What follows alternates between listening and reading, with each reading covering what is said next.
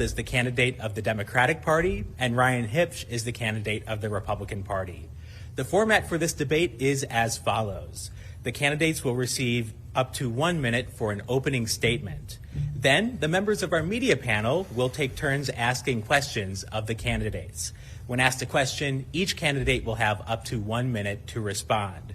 We will alternate which candidate responds first and which candidate responds second. As moderator, I may opt to extend a round of questioning by giving each candidate an additional 30 seconds to engage in further discussion. We will conclude the debate with closing statements by each candidate. Our media panel today features Mike Biermeister from WXOW News 19, Amy DuPont from WKBT News 8 Now, Ezra Wall from Wisconsin Public Radio, Rick Solem from WIZM Radio, and Bob Heiss of the La Crosse Tribune. The League of Women Voters of the La Crosse area is generously providing assistance with keeping track of speaking time. We appreciate the League of Women Voters of the La Crosse area for their support of this debate. We also thank Chancellor Joe Gao of the University of Wisconsin-La Crosse for his support of this debate. To make everything go smoothly, we simply ask that the candidates refrain from interrupting one another, and I ask the candidates to respect the time limits for their responses. We also ask the audience to remain quiet during the debate, just so we can make sure that we hear what the candidates have to say.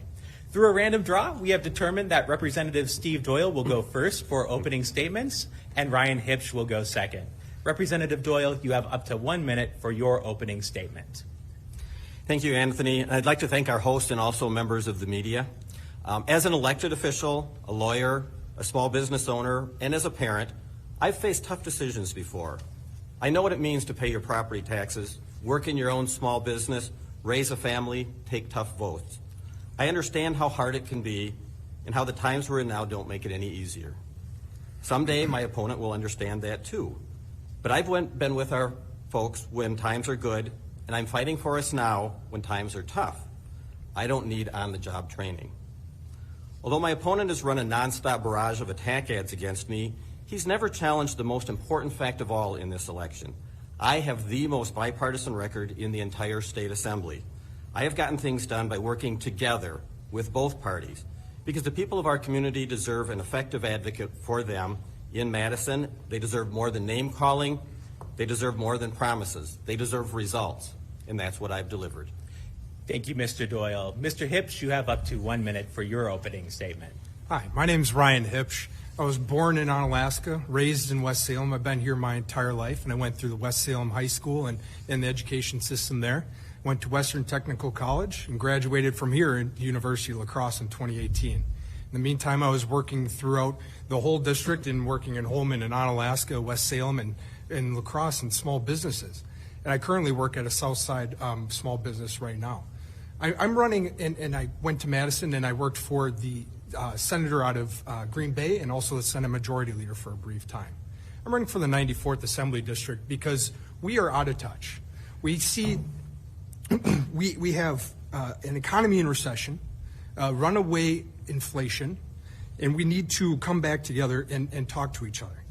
We see parents who have to decide whether or not they're going to pay for gas or groceries. We need to make sure that the crime rates are down. The country deserves new, energetic leadership, not the tired old policies we see today. Thank you, Mr. Huebsch. For our first round of questioning, we say hello to Mike Biermeister of WXOW News 19. A question for Ryan Huebsch.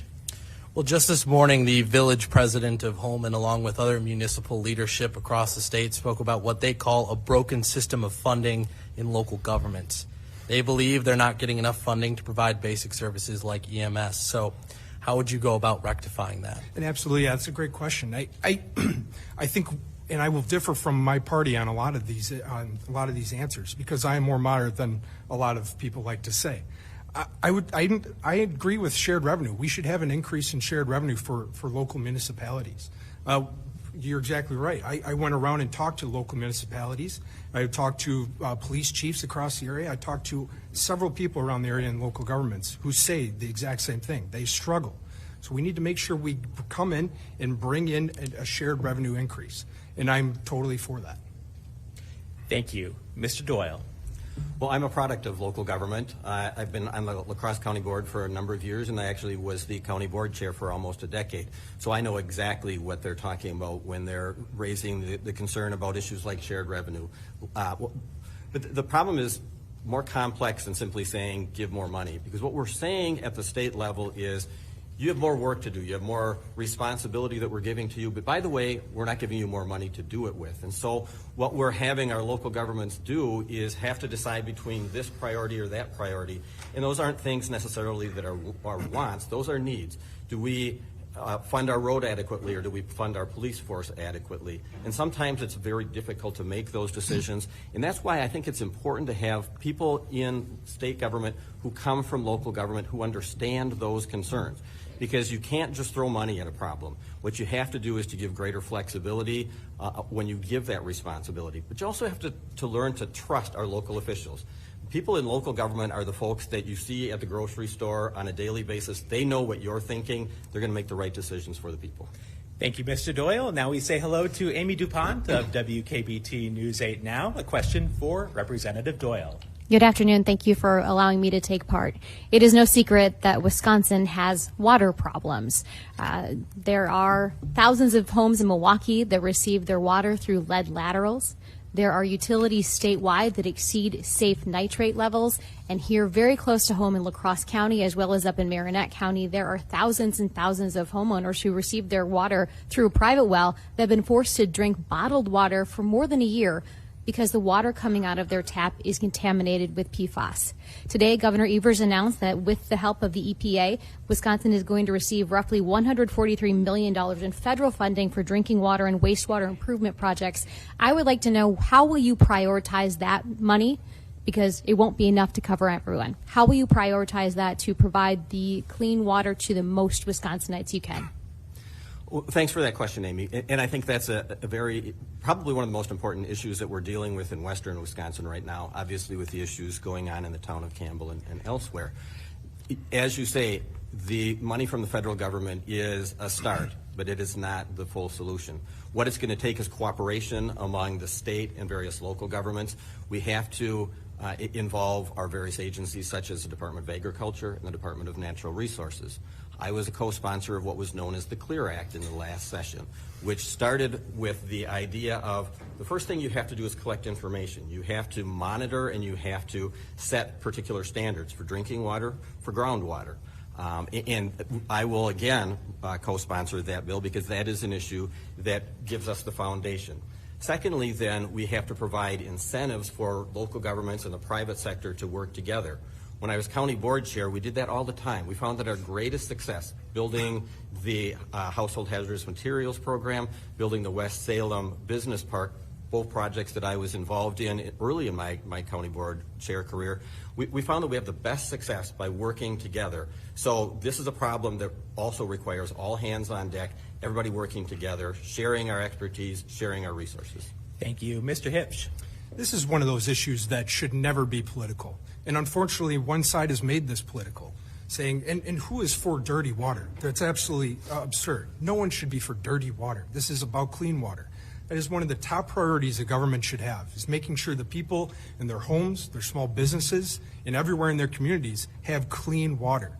Now, unfortunately, we have a PFAS issue in French Island. Like you said, I just went over there and I saw gallons of water outside of people's homes. That's unacceptable. That money is going to be super helpful, but again, it's not going to solve the issue. We're going to see PFAS start exploding everywhere across the state. Now, unfortunately, our leadership on the county board, including my opponent, has done nothing with the ARPA funds that we received. And unfortunately, they had the opportunity to do it, but they just didn't do anything with it. And they're still sitting on ARPA funds that could help go to clean water. I'm going to extend this round and give an additional 30 seconds to each candidate, beginning with Representative Doyle. Well, I would say, first of all, I disagree. The county board is working with the town of Campbell on that particular issue. But I'd also note that my opponent's father and de facto campaign manager is, in fact, the president of an organization, the Wisconsin Water Alliance, that on its website says, to date, there's no research to support detrimental effects on humans. Seriously? PFAS not having detrimental effects on humans? I think that is a very serious issue. Thank you. Mr. Huebsch. My dad's not here. I'm not running with my dad, and he's not running my campaign. But let's be very clear. PFAS is a major issue. And so far, we have seen absolutely nothing at the town of Campbell. Am I done? Oh, I'm sorry. Keep going. Okay. The town of Campbell is still with gallons of water. The county boards say they've been doing stuff, but we haven't seen results. We need to make sure we change that.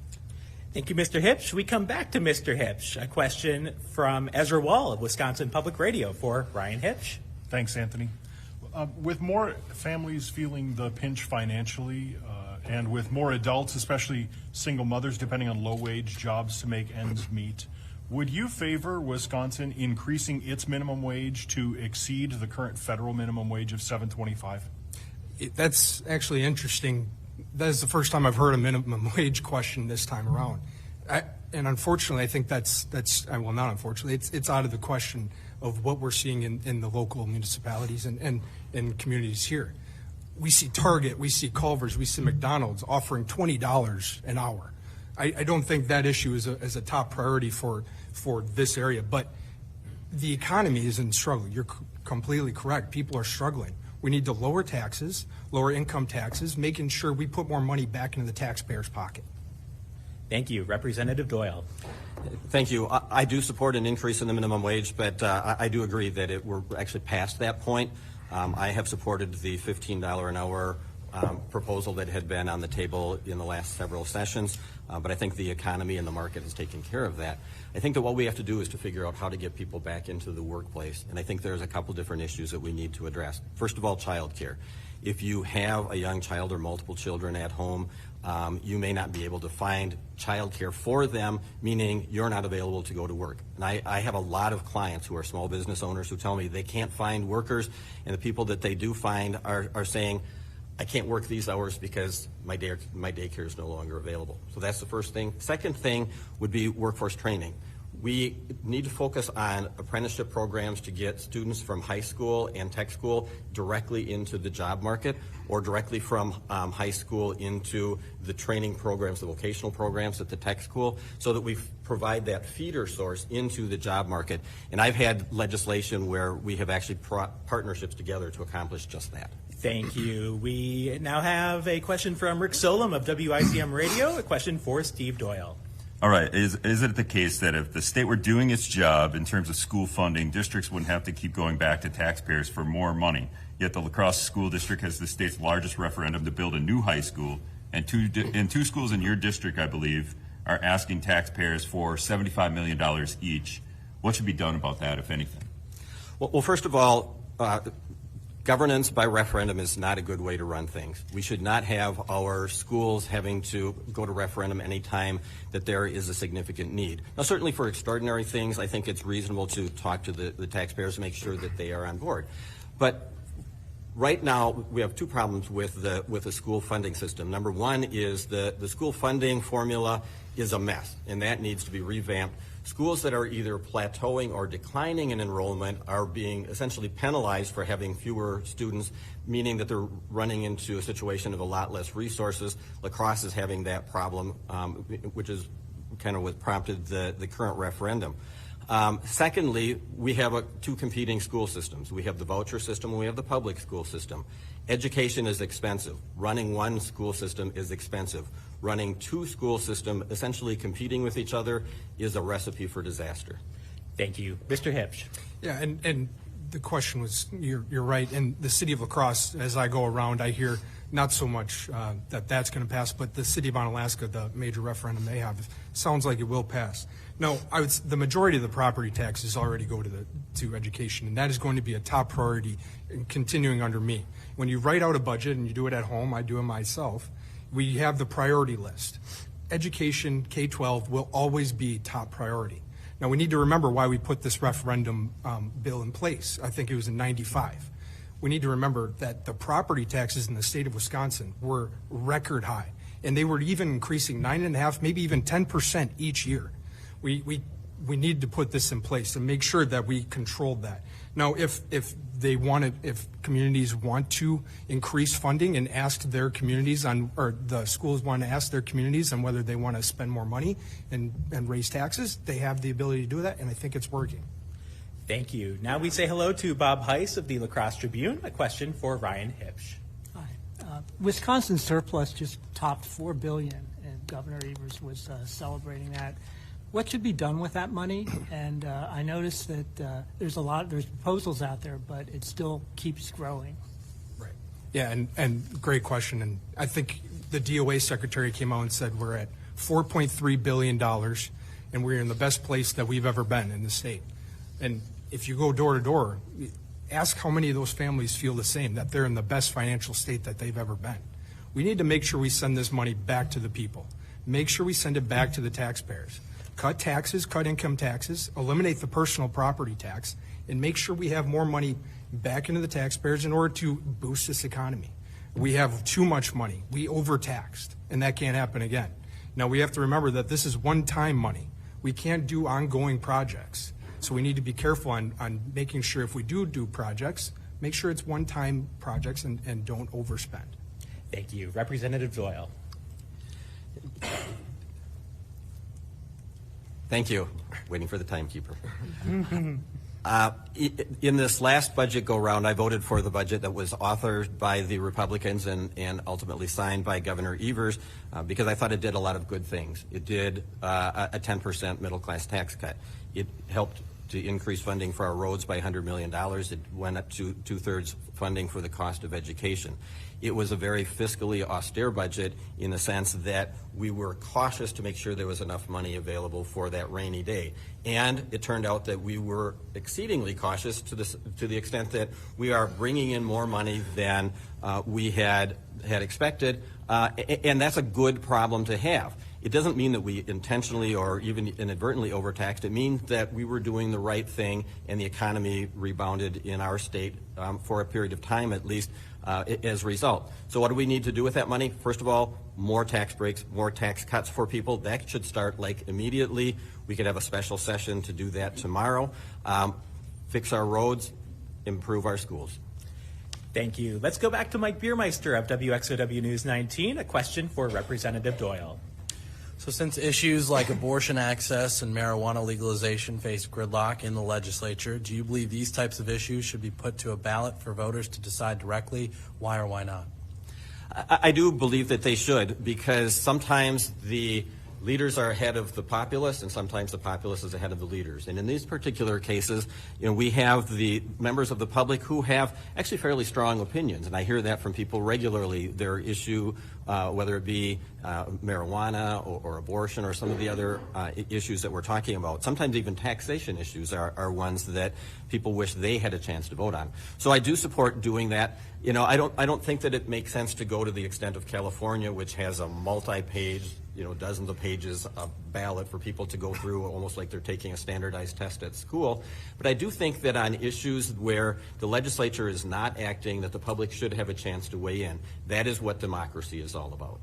Thank you. Mr. Huebsch. I agree. I think that the population should have the ability to vote on this. Now, we've seen in the past non-binding referendums in this area. My opponent was in charge a lot of that. And actually, he voted for the marijuana and abortion referendums in the La Crosse County, but yet said they were too political and make sure that we shouldn't pass them. But he then voted for them. But I'm sorry. And I think, yes, I think we should be able to have the people speak for themselves. But I also think we have that on November 8th. Elections are referendums on what we see in our government today. Because we have a difference on this issue, we'll extend this round by 30 seconds, starting with Representative Doyle. I made it very clear in that debate on the county board that I was opposed to any of the three referendums, but that if one passed, they should all pass. I actually believed that they probably would pass, but apparently I was more persuasive than I had expected to be, and in fact, they failed on the first one. So when we vote, we don't have a chance to see how our colleagues are voting, so I cast my vote in favor because I was going to vote for the two liberal ones and the conservative one. When the first one failed, then I said none of them should pass. Thank you. Mr. Huebsch. And he just said, he said in his speech, he said they were too political and shouldn't be passed. And yet he voted for all of them. And that's just not what we need. We don't need divisiveness. We don't need political in this. We need to make sure that we come together, talk these things through, and make sure we all get on the same board. We move right along back to Amy DuPont of WKBT News 8 Now. A question for Ryan Huebsch. I want to go back to education funding, but specifically special education funding. There was a statewide report that was released last week. And in La Crosse, for example, the district spent more than $11 million of general funds dedicated for all students to pay for the special ed costs that were not covered by the governments, both the state and federal governments. So, and La Crosse is not alone. The cost of special ed is far greater than the funding for it. How would you reduce that gap? Mr. Huebsch. Oh, I'm sorry. Yeah, and special education is going to be a top priority in this next budget as well. Special education is poorly underfunded from the state. We need to make sure that we come together, talk these things through. This is not a political issue. We see in the schools that they struggle. And I talked to Onalaska's superintendent. He said, we need help. These special educated students they desperately need the help, and we need to come through for the state. Thank you. Representative Doyle. Well, it's more than just not funding enough. It's also how our priorities are working. So the way that the system works right now with the voucher schools is that in so many school districts, what we're seeing is that a special ed kid will start out in the voucher school for the first several days, and then there's that particular day where the official count is granted, and then somehow after that, magically, they end up in the public school system. So the voucher school got all their money, the most expensive students in the system. They get their money, but then they send that child over to the public school that is left with the responsibility, but with none of the funding. That needs to change, first of all. Secondly, we do see that situation where all of our schools are struggling with special education. We need to pump more money directly into special education. That is the biggest budget breaker that our schools are facing these days. And I talk with our superintendents regularly. Every time an issue comes up for a vote in Madison, I'm on the phone with our superintendents. Thank you. Back we go to Ezra Wall of Wisconsin Public Radio. A question for Representative Doyle. Thanks. I'm going to stay on the issue of schools here. This time it's safety. Is there anything short of metal detectors at every door that can keep area schools gun-free? And would you support state funding to support those requirements, if you would in fact support the requirements? Well, I think we need to make our schools as safe as possible, and sometimes that's what you might refer to as an infrastructure thing, where we have safer doors, safer windows, and so forth. I don't want to see us get to the point where our schools are becoming like prisons either, however, and so we have to find that balance. But I think it goes beyond our schools. I think we're looking at our community and our society in general, and I think we have to look at the role that violence plays in our society. So I think that so much of this comes down to the issue of mental health. We have too many people in our society these days that are untreated in the area of mental health. So where they end up is in our criminal justice system, where they're not being well served at all, and then they're eventually back out on the streets. And those are the people that really are the danger, not only in our schools but in society in general. So yes, I think that we do need to have the state assist our local governments in that, because I think that's more than just an educational priority. It's a safety and health priority. So I would support more funding for those programs. Thank you, Mr. Huebsch. Absolutely. I think the safety of our children should be a top priority in our schools and our local communities. I think when we talk about increased funding for law enforcement, we talk about school resource officers. I talked to West Salem, I talked to Onalaska, I talked to Holman, who struggled to even have one person or one officer be in the schools at all time. That's a top priority. Make sure that we have that safety in there. Now, yes, I agree that we should send more money out of the state budget to protect these schools. Like he said, more doors, whether you want to talk infrastructure on doors and locks and stuff like that, absolutely. We need to make sure that this is a top priority to protect our children in our schools. Thank you. Let's go to Rick Solom of WIZM Radio. A question for Ryan Huebsch. All right, so last question I talked about school referendum funding. Or taxpayers going to voters, or asking voters for $75 million. I think Holman and Onalaska have referendums on the budget in your district. Now, you just said the state should fund schools to protect buildings, but I think your last answer said the way we're doing it with building updates, we're good. We're good on that. Is there a conflict of interest? Are you conflicting there? Or do you think the way that the schools are asking taxpayers right now for $75 million at Onalaska and Holman is the way to do it versus what you said, that the state should be funding building updates to protect schools? Okay, so a lot in that question. I would say yes to both. The operating budgets that they are, and I think it is on Alaska. I don't remember what's totally in Holman's operating referendum, but yeah, I think that we should be working through that system, but also an increase in education and making sure that those funds come from the state as well. I think there's nothing wrong with throwing more money at both coming from both ways, a referendum and from the state. Thank you. Representative Doyle. Thank you. I think it's a really easy distinction. If it is a matter of doing the day-to-day operations, I don't think that schools should have to go to the voters to ask to continue what they're already doing, simply because inflation has made it more expensive, or maybe more students have been added to the school district to raise the cost. If there are special things, if you want to build a new library, add a new gym, a football field, or a new program, or something along those lines, where it's not what we've been doing all along, but it's an increase, then I think that asking the voters for that kind of a thing is appropriate, and I think voters appreciate that. But beyond that, the state really has an obligation to make sure that we don't get to the point where schools have to go to the voters to ask for the day-to-day operations. The state needs to continue to meet its obligation that we promised to our school districts a number of years ago, that we would fund 2/3 of the cost of education. We should not put that on the backs of the property taxpayers. The state is in the better position to fund that. Thank you. Bob Heiss of the La Crosse Tribune is next up with a question for Representative Doyle.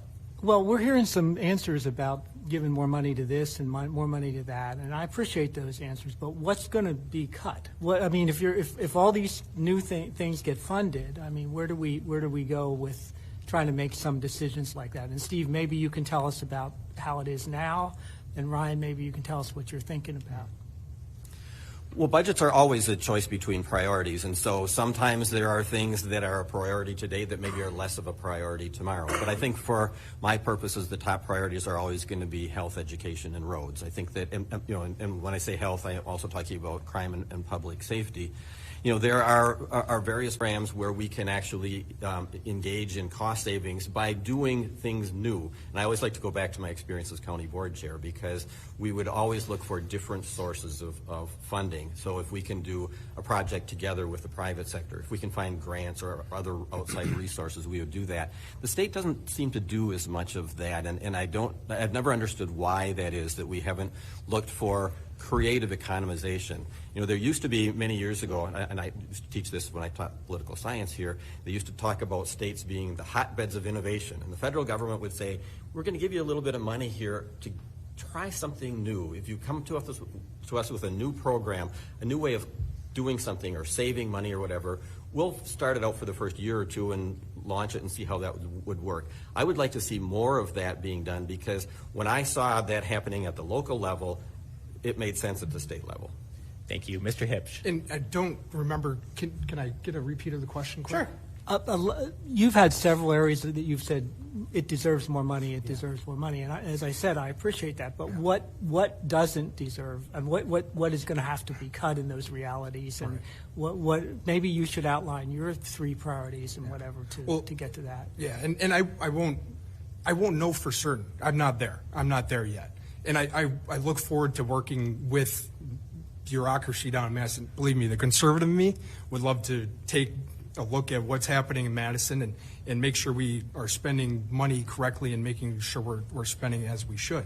Now, top priority is obviously going to be education, crime, and fixing this economy. But we need this next state budget should be limited to what taxpayers can afford and not what Madison wants to spend. Thank you. We go to Mike Biermeister of WXOW News 19. A question for Ryan Huebsch. So I spent the whole summer speaking with constituents, voters off camera and on camera about what they think is the biggest issue facing them right now. What is their biggest hurdle that they're trying to overcome? So I want to know, in your own words, what do you think is the biggest issue facing your voters right now? Yeah, and I saw you had a pretty fun summer. But I would say going door to door, it opens your eyes. It gives you a bunch of stories from very specific people around the district. And a lot of it is economy. The economy is tanking. We all see that. We see gas prices out of reach. We see people trying to figure out whether they need to pay for gas or groceries week to week because they can't afford both. We need to make sure we fix that economy, put more money back into their pockets. Education is of top priority and always will be, and it always should be. And that will not change under me. But crime rate, I've lived here my entire life. I don't understand. We look at the city of La Crosse, and we've seen maybe a shooting every week, something like that. It's fentanyl drug bust every week. We need to make sure we fund the police, and that is a top priority as well. Thank you. Representative Doyle. Clearly, talking with the people of my district, it's the economy, and there's two different perspectives from it. So if you are a consumer, it is the ability to purchase what you need, whether it's gas or food or paying for the cost of education or clothes for your kids. And I think the answer to that, most of the solution is going to have to come from above the state level, from the federal government, whether it's the Federal Reserve or the federal government, in general. At the state level, what can we do? Well, we have that almost $5 billion surplus. I think a big chunk of that needs to go back to people. We could do that immediately by changing the withholding tables so that less money comes out of people's paycheck each week for taxes, and then we adjust what they would owe in April so that it reflects that and they don't get a big hit in April. So we could provide some very immediate relief in that regard. And then the other perspective is the employer, the business community, and they're saying we can't find people. And so we need to work on workforce development. Thank you. Next up is Amy DuPont of WKVT News 8 Now. A question for Representative Doyle. We've heard crime come up multiple times, so I want to talk specifically about opioids. We know that opioid deaths are on the rise, nationwide, statewide, and here in La Crosse County. I don't want to ask about policy and crime specifically, but can you tell me how you would reduce demand for those drugs? One of the most disturbing things that I have done over recent months has been to have discussions with our medical examiner, Tim Kendall, where he talks about basically the record number of people that are dying from opioid fentanyl overdoses. And then you realize that the tremendous impact on the victims, of course, the families, and so forth. What can we do to reduce the demand? I think we need greater programs. I think that, and that's something where, there is certainly a local government role in that. La Crosse County's been really good about providing services in the drug addiction, mental health, and related fields. The state needs to step in and do its part in that regard, because if you can deal with the addiction, and meth, for example, is probably the toughest addiction of all to deal with. And so we can't just say we're going to lock people up and that's going to fix their problem, because when they get out, they're using it again. So we have to get to the root of the problem by making those programs available. We have some one-time ARPA money that could be used for that purpose. I would certainly support that. Then, of course, you can't just deal with supply or with demand. You also have to deal with supply, and we need to be tough on the dealers. Thank you. Mr. Huebsch. Absolutely. I agree with him. I think we need to create some programs to make sure that this doesn't continue. And this seemed to be forgotten over COVID. The mental health issue has skyrocketed, especially when people were forced to stay in their homes. The drug addiction was one of the major issues. Opioids, fentanyl was major too. But talking to all the police chiefs, and talking to the sheriffs in this area, they said this is a major issue that nobody seems to be talking about anymore. This needs to be a top priority looking into the future. And I am law enforcement's choice, and I have the endorsement from the La Crosse County Sheriff Jeff Wolf, the former Sheriff Mike Weisenberger, and the former police chief Ed Kadraki. And they all agree, and we talked on several different instances on this. These guys are the experts. These guys will tell me, and I will look to them for guidance on how to fix this issue. Thank you. Next up, we go to Ezra Wall of Wisconsin Public Radio. A question for Ryan Huebsch.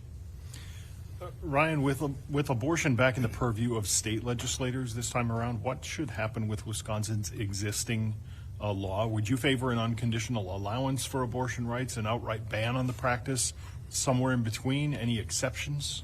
Yeah, we can't continue under a law that was created in 1849. That's just unacceptable. Now, I will agree with the current law on part of it, saying that the exception of life of the mother, and I would like to include the two horrible crimes and the exceptions of rape and incest. Now, we need to look at also adoption issues and making sure that's continuing to be safe and more affordable. But I will say that I am the 3 exceptions of life of the mother, rape, and incest. Thank you. Representative Doyle. I believe that abortion is an issue between a woman and her doctor. I would support repealing that law. I would like to have us go back to the standard under Roe versus Wade. And I'm going to use the rest of my 52 seconds to go back to the prior question, which was with law enforcement, where my opponent says that he is the law enforcement choice. He has the endorsement of the Republican sheriff. I have the endorsement of the Democratic Attorney General. Okay, that's great. Nice offset there. But the people on the street, the men and women of law enforcement in Wisconsin, have endorsed me. The Wisconsin Professional Police Association last night issued their endorsement. They did not endorse him. They endorsed me because of my record on crime and safety in law enforcement. Let's extend this. Give Mr. Huebsch 30 seconds. I want to be very clear on the stance of abortion, the actual question you asked. I will never stand with the Democrats and my opponent's stance on abortion on demand. Just the fact of they don't like the gender of the child. They don't like that the child may have disabilities. That is unacceptable, and I will never stand for that. Representative Doyle. Who goes to their doctor and says, you've said that I'm going to have a girl, so I want an abortion? I mean, you just don't see that. I mean, what he's talking about, and these are those gotcha bills that they bring up in Madison all the time that just get so frustrating. Like, should we outlaw gender selection abortion? Well, it sounds horrible. Or should we, partial birth abortion was a big thing a long time ago. That is just nonsense. It's total BS. I support Roe versus Wade. This other collateral stuff that is just designed to inflame things is just totally out of line. We need to move on. Rick Solom of WIZM Radio, a question for Steve Doyle. On abortion. No, I'm just kidding. Go for it, Rick. What are the biggest impacts due to the area due to climate change, and what can the legislature do to combat those? Well, I think that it needs to be a priority in the state legislature, and I applaud Governor Evers for trying to set some standards that the state can reach in the in upcoming decades. And I like to go back to my role as county board chair here in La Crosse, and I always like to tell people that we talk about the environment, we use the term green. Well, green is also the color of money, and what we proved in La Crosse County is that you can save energy and save money at the same time. It was a win-win situation. So we looked at things like solar and LED lights, and we did our partnership with Gunderson to take the landfill gas and pipe that over for their heating system. So the state needs to look at those kinds of things because there are so many opportunities out there to do that. I think the state does have a role in accomplishing that, including the money that we're going to be divvying out to hopefully the private sector to create vehicle charging stations, because I think that's the next wave. Thank you. Mr. Huebsch. I do believe it's an important issue that we should be looking at, but I think there are other issues that we need to be focusing on, such as the economy and education and other things. But going on my stance on energy and where it should be coming from, I'm an all-above approach candidate. I think that we should have a little bit of everything. Renewable energy. I actually had the opportunity to tour Olson Solar Company in Onalaska. These guys are creating great jobs, and actually I think they're booked out for the next 3 years or something like that. And renewable energy is the future, don't get me wrong. But we cannot sustain the rolling blackouts that we see in California. Everyone here has lived in Wisconsin long enough to where we know we can't have blackouts in the middle of winter because we just wouldn't survive. Nuclear energy, biomass, and I'll go back to nuclear energy. That is by far the most important in all of this. That is, it's not even close. It is carbon free and it is safe, and we need to make sure we go behind nuclear energy.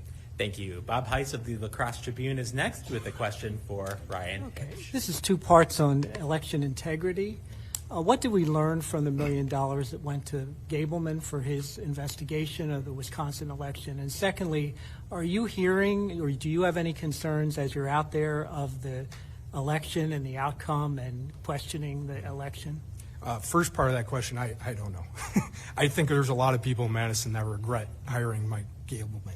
I can't say I would have been supportive of that, but I think there are, and I'm going door to door, and a lot of it is my base. And you probably won't. Steve probably doesn't hear it from his, but there are some concerns on the election integrity. Now, I think there needs to be better communication between the state legislature, the Elections Commission, and the clerks. Now, I'm looking forward, in the second part of that question, looking forward to the next election. I don't have worries. I think we have a lot of people watching. I have trust in our clerks to make sure that this goes well and make sure this goes the way it should. Thank you. Representative Doyle. Well, I think we learned two things. One is Michael Gableman is not capable of being a Walmart greeter. And secondly, that there should be oversight instead of one person in the legislature, i.e. Robin Voss, being able to spend that kind of money with Zippo oversight. So when people talk about election fraud, there's election fraud using taxpayer dollars to pay for that kind of nonsense. In terms of election integrity, it's one of those situations where if you talk about it enough and you just keep making all this noise about it, people are going to start to think, whoa, there must be a problem because they talk about it. Well, how many lawsuits did Donald Trump have? 61, of which he lost 60. You know, we have very, very little election fraud in this country because we have a very diversified election system. We don't have it run through one central polling place or counting place. And so it would be very, very difficult to have any serious election fraud. And I think that's what it's proven. Being a member of the county board and working with our county clerk, Ginny Dankmeyer, I've been able to see we do a good job of elections in Wisconsin. Thank you. Next up, Mike Biermeister of WXOW News 19, a question for Representative Doyle. So nearly 2,500 people in La Crosse County are living with dementia right now. That population is expected to double. What steps do you think you can take as a legislature to help these people find the support and services that they need to keep living in this community? That is a significant issue today, and it's going to continue to grow as our population ages, and so that needs to be a pretty significant focus. And I'm going to keep coming back to this whole issue of mental health because dementia is a component of it, but it's so much broader. We talk a lot about things that we see today. You know, we see a crime being committed. We see a person in a nursing home. We see the things that we could put a Band-Aid on, but we're not dealing with the underlying issues. So when it comes specifically to the issue of dementia, we need to support our nonprofits in that regard. I don't think that the government should be opening up dementia care facilities, but we certainly have a need for helping our nonprofits, our private sector, nursing homes and care facilities to be able to provide those services. One of the big problems in that regard is Medicare and Medicaid reimbursement. There's just not enough money. So you take a look at some of our local nursing homes, and they have a small number of slots available for people that don't have private funding. The rest of the people just aren't going to get the service. We need to deal with that reimbursement level as a major component of that. Thank you. Mr. Huebsch. And this is one of the things we'll probably agree on is making sure mental health is a priority in this area especially. We see mental health being a top issue, and like I said earlier, over the last couple of years, it's gone way up. Now, dementia, we have some of the best healthcare providers in the country, in Mayo and Gunderson. We need to make sure that we have affordable and quality healthcare, and we do, and we need to make sure we keep funding that. Now, I agree with Steve in saying that I think we need to create programs to make sure that we continue to help that in the private sector. Make sure that we have Eagle Crest, and I saw Steve took his alpacas there the other day. Making sure that we fund those organizations and nonprofits and make sure they have the funding that they need. Thank you. Next is Amy DuPont of WKBT News 8 Now, a question for Ryan Huebsch. On TV, I know on the radio, I have about a dozen mailers sitting on my kitchen counter today. Obviously, you've read and heard and seen things said about you that you do not believe is true. I'd like to offer you each 1 minute to set the record straight. What are we hearing that is absolutely not true about you as a person or your stance as a candidate? Yeah, one of the issues, he says I don't have the experience. I do have the experience. I worked in the Capitol. I think I've wrote more bills in the last year than he has in the last two cycles, in two sessions, in my office that I was working in. I do pay property taxes. I don't know where that notion comes from. Renters, and I would like all renters to know that you do pay property taxes. I'm sure you guys know that. But I want to say that, and he hasn't hit me too bad, and I'll thank him for that, but I will say that both of those things are just not true. Thank you. Representative Doyle. Well, unfortunately, we got to the point where the Democratic Party had to hire lawyers, which sent out cease and desist letters today for a factually, blatantly false allegation that I voted against requiring people to be citizens to vote in this state. I voted for that bill. They ran an ad, and that's not him. It's one of his cronies, the Jobs First coalition, which is run by the wife of the Speaker of the Assembly, ran that ad, and we're making them pull it. So that's one. Saying that I have gotten all this money from my time and service in government, whether it's county board or in the state assembly, and I've made $500,000 over the course of 36 years, which is not very much per year, which is, it sounds horrible, but it overlooks the fact that the Huebsch family, father and son, have gotten over $2 million of taxpayer dollars, and that's a good thing, because you should work in government. That's a positive thing. So let's not make people look bad for public service.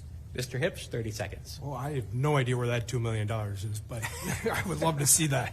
But I would say the $500,000, and actually it's significantly more than that, is coming from the governor of Illinois, the people in California. I think Steven Spielberg was part of the donation sent to my opponent. This is out-of-state money that is just funneling in, and this is what he's using against me. So, yeah, I wish I had that $2 million.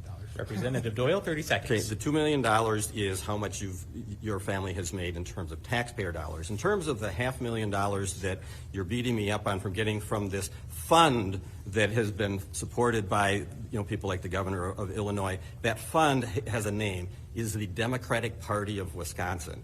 That's where I've gotten a big chunk of my money from, as I have in every election.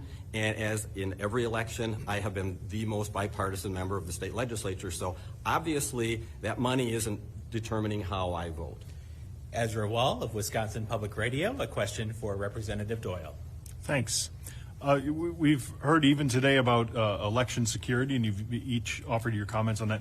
Do you support the current Wisconsin Election Commission in its current form? There's been some discussion about whether that should be changed, abolished, put that authority under the Secretary of State, a number of other options. What do you think? Well, I'm absolutely opposed to putting it under the Secretary of State, because I see where this one is going, and it's basically a chance for a lot of misdeeds to be done by one party or the other. So I'm opposed to that. The current election commission was a product of the Republicans creating something that because they didn't like the prior nonpartisan commission. So my first preference is to go back to what we've had before, where we had retired judges as members of the election commission so that they could look at things not from a partisan standpoint. The second best option, I guess, would be the current system, which unfortunately produces a lot of deadlock. We have an equal number of Democrats and Republicans on there, so when something important needs to be done, they end up in a tie and nothing gets done. But it's certainly better than putting it in the hands of one person where you can have manipulation being done. Thank you. Mr. Huebsch. I agree. This shouldn't be political. This shouldn't be under one party. This shouldn't be just one party controlling all. This is the election. I mean, this is one of the most important things that creates a democracy in our country. Now, going back under the old program that we had, and I'll say the Elections Commission, I don't know quite enough about the problems that we've seen. I don't think any of us know exactly all the problems that we've seen with the current system. Going under the former system, we saw insane investigations, and people remember John Doe. We had John Doe 1, John Doe 2. These investigations caused, I think there were SWAT teams that knocked down houses in Milwaukee because they were falsely accusing several candidates and people working in government. We cannot go under the last system, but I will look forward to talking more about the Elections Commission and making sure that we know exactly what's going on with that. Rick Solom of WIZM Radio is next. A question for Ryan Huebsch. Can and should the state enact some sort of campaign finance reform? So you're in Minnesota, right? I heard in Minnesota that you have a limit of $50 per, I think, individual. No, I don't think so. I don't. And that's interesting. I don't think so. But I float that idea on my show all the time. I thought I heard it, but You're just advertising your show, Rick. Yep. right. No, I don't think so. I think this is it is a freedom of speech. Now, I think there's a discussion to be had from out of state. where it comes funneling in through the party, like my opponent, and I'll admit some comes to me as well. And this is everyone in the state of Wisconsin, where it comes from out of state into a fund into Madison and then disperses from there. I think there's some discussion to be had on that, make sure we control a lot of the spending, because the spending we see in this district in particular, I think is breaking records. I'm not exactly sure, but breaking records in the state of Wisconsin. Thank you. Representative Doyle. So I agree. So here's how it works on the Republican side. So Robin Vos has fundraisers all across the country. He's had them out in California, in Washington, in Florida. He brings in this money for the Republican Assembly Campaign Committee. That goes then under his control to the Republican Party of Wisconsin, which then sends out these ads that say, you know, an in-kind donation from the Republican Party of Wisconsin to the Friends of Ryan Huebsch, or Ryan Huebsch for Assembly, whatever the name of his committee is. So that money is coming from the same kind of dark money sources that he's accusing me of. That whole system sucks. It needs to change. It is not fair. Too much is being done secretly by people with an awful lot of money. We need to put limits. 2 or 3 sessions ago, the Republicans changed the rules to go from limits on $500 donations to increase it to $1,000 per person. They changed the rules so that those groups like Robin Vos runs have the ability to do essentially unlimited kinds of transfers of money. It's that kind of stuff that gets under the radar that is so insidious about the way our politics is being done these days. Thank you. Next up, Bob Heiss of the La Crosse Tribune. A question for Representative Doyle. You brought up special session before about maybe doing the surplus money through that, but Wisconsin government can't hold a special session. They've proven it last few years with Governor Evers. They couldn't do it with Walker for a while. So how do these big things get done? And obviously we know there's a majority on one side, but how does this not happen in getting sessions to confront this, and how can it be done better? Well, let me answer that in 2 respects. Number one is the legislature can call us into, the speaker can call us into what's called extraordinary sessions. So I have proposed, on Rick Solom's show in fact, that we have Robin Vos call us into special session the day after the election. So it's all off the table. If I vote in favor of their proposal to send some of that surplus back to the taxpayers, I don't get any credit for it on election day. So that is number one. But I am a fan of divided government. I think that it's important to have the Democrats control something and the Republicans control something. The downside of that can be gridlock. That's where the tone needs to change, and why I've tried to be the adult in the room in Madison and say, I don't need to have my name on a bill. I will go to a Republican and say, hey, I've got an idea here. Can we work together? Will you put it in your name? Because then it'll pass, and I don't need to get credit. I don't need to be at a press conference for that. We need more people like me that are willing to, in both parties, people like me that are willing to talk to the other side. Thank you. Mr. Huebsch. I completely agree with that. We need to make sure that we come together. Now, there's 2 ways we look at special sessions in particular. We need to come to the table, have the discussion, and we don't see that in Madison. And the current leaders just don't do that. The governor is notorious for not talking to the legislature, but when he calls a special session, he's surprised when they don't do it and they gavel in and gavel out. And I think we talked about this on your show, Rick. But we need to make sure we come together. Now, we need to make sure that these political ploys, sometimes they are, and when we see weeks before the election that a special session is called, we need to make sure that we see that and expose that as well. Now, and I agree with that, so yeah. All right, we have time for one more question. Mike Biermeister of WXOW News 19. Candidates, I asked you to limit your answers to 30 seconds for this one. We'll start with Ryan Huebsch. Mike, go ahead. You guys have had some nice heated exchanges today, so why don't you both say something nice about each other? I was waiting for this one. I really do think his alpacas are really cute. I'll say the alpacas are great. It's fun to see him send them to all the local areas, and it's great to see that. And it's great to see that an alpaca farmer is in this race. We're all pro alpaca here. Representative Everyone's Doyle. pro alpaca. Well, and I know his future children will be very good looking. But seriously, though, I think that Ryan has worked hard in this campaign. He's knocked on a lot of doors. He's done a lot of work in this campaign, and I give him credit for that. Great. We end our debate with closing statements from both candidates. Mr. Huebsch, we will begin with you. You have up to 1 minute for your closing statement.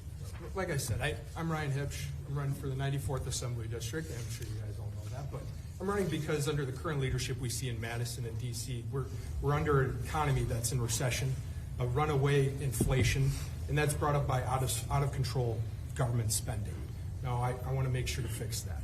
We have parents and families who are struggling to find ways to pay for gas or groceries each week. That's just unacceptable. Our crime rates are skyrocketing. I think the country deserves new, energetic leadership, and I think I'm going to bring that to you. But I think we need a seat at the table from Western Wisconsin as well. Our voice needs to be heard on not how to navigate through the red tape, but how to eliminate it altogether. I think we need to make sure government works for us again. I'm sorry. And government needs to change. That's just clear. Government needs to change, and our leaders need to change. And I'm Ryan Huebsch, and I'm hoping to get your vote on November 8th. Thank you. Representative Doyle. We're not talking about running for president of our fraternity. What we're talking about is the leadership of our state. And what we do need some changes, and I agree we need changes in the leadership of our state because we have had some major problems. But when I look at the leadership of our state, I'm seeing people like Robin Voss who refuse to work with the other side. I'm seeing people in my own party that kind of give me a hard time when I say, hey, you know, I'm Mr. Bipartisan, I want to work with folks on both sides. That has to end. And as I said a little bit earlier, I want to be, and I have been, the adult in the room. I am the person in my caucus who brings up both sides of the argument. And sometimes it makes me a little unpopular, but sometimes it opens people's eyes where, oh, you know, maybe there is another way of doing this. That really comes naturally to me. That is how I have run my life in my profession as a lawyer. I do a lot of mediation. When I was the county board chair, I did a lot of collaboration, and now I try to do bipartisanship. We need more of that more than anything in the state right now. We need more working together. Thank you so much. This concludes our debate for the 94th District in the Wisconsin State Assembly. Thank you so much to the members of our media panel from Wisconsin Public Radio, WIZM Radio, the La Crosse Tribune, WXOW News 19, and WKBT News 8 Now. Thank you to the League of Women Voters of the La Crosse area for their help in keeping track of time. Of course, thank you to Ryan Huebsch and Steve Doyle for their participation in this debate. How about a round of applause, everyone?